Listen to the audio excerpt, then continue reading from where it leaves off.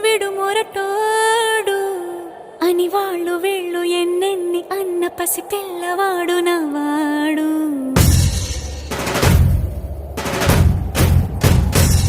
విడు ముండోడు అని ఊరు వాడ అనుకున్న గాని మహారాజు నాకు నవాడు.